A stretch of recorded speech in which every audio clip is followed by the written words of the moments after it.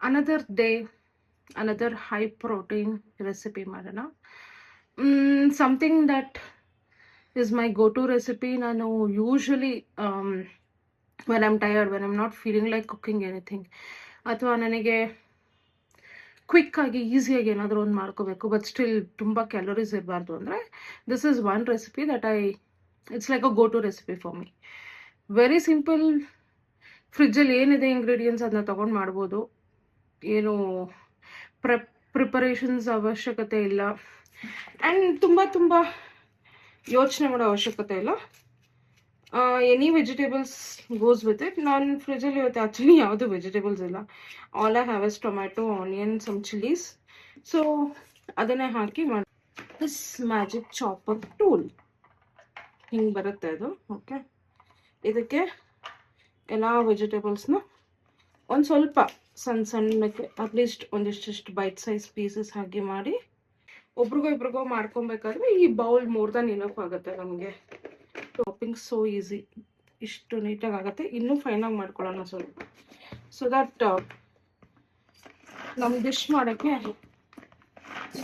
Easy. My light gave up, please adjust.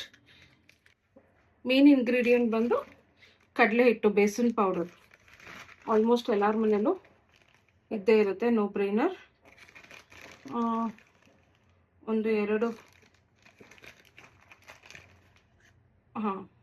3 spoon ಸಾಕಾಗುತ್ತೆ ನಾವು. ಅಕ್ಕಿ ಹಿಟ್ಟು ಹಾಕೋತಾ ಇದ್ದೀನಿ, ಕಡಲೆ ಹಿಟ್ಟು ಹಾಕೊಂಡಾಯ್ತು. Will add 1 or 2 spoons of curd, ಸ್ವಲ್ಪ ಸಾಲ್ಟ್. ಇದಕ್ಕೆ 1 ಪಿಂಚ್ ಅಷ್ಟು, 1 or 2 ಪಿಂಚಸ್. ಇದಕ್ಕೆ ಮೇನ್ ಒಂಚೂರು ಓಮ್ ಕಾಳು, ಅಜ್ವೈನ್ ಹಾಕೋಬೇಕು. ಬಿಕಾಸ್ ಇದು ಬೇಸಿಕಲಿ ಸ್ವಲ್ಪ ಗ್ಯಾಸ್ಟ್ರಿಕ್ ನೇಚರ್ ಇರೋದ್ರಿಂದ ಬೇಸನ್ಗೆ ಇಟ್ ವಿಲ್ ಹೆಲ್ಪ್ ಅದರಲ್ಲಿ. ಓಕೆ, ನಿಧಾನಕ್ಕೆ we will add some water. ನೀಟಾಗಿ ಮಿಕ್ಸ್ ಮಾಡ್ಕೊಂಡು, ಅದಕ್ಕೆ ಹೇಳಿದ್ದು ವೆಜಿಟೇಬಲ್ಸ್ ಚಿಕ್ಕದಾಗಿ ಚಾಪ್ ಮಾಡ್ಕೊಳ್ಳೋಣ ಅಂತ. ಚಿಕ್ಕದಾಗಿ ಚಾಪ್ ಮಾಡ್ಕೊಂಡಷ್ಟು ನಿಮಗೆ ಮಿಕ್ಸ್ ಮಾಡೋಕ್ಕೆ ಆಗಲಿ ಪ್ಯಾನಿಗೆ ಹಾಕೋದಕ್ಕೆ ಆಗಲಿ ಈಸಿ ಆಗುತ್ತೆ.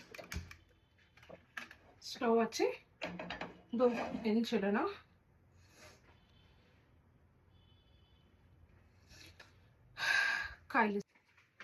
ಹೆಂಚು ಕಾಯ್ತದೆ. ಒಂದು ಸ್ವಲ್ಪ ಆಯಿಲ್ ಸ್ಪ್ರೇ ಮಾಡ್ಕೊಳ್ಳೋಣ. ಇನ್ನು ಬ್ಯಾಟರ್ ಇದೆ,